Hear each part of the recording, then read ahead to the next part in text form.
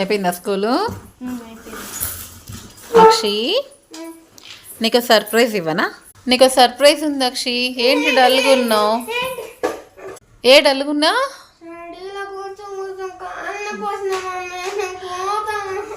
ఏంటి వెళ్ళిపోయేది? నీకు సర్ప్రైజ్ ఉంది, వద్దా? ఏం కావాలి నీకు? ఏం సర్ప్రైజ్ ఇవ్వనా? నీ సర్ప్రైజ్ ఏంటో? This is your surprise. Okay చెయ్యి. చూడు చూడు.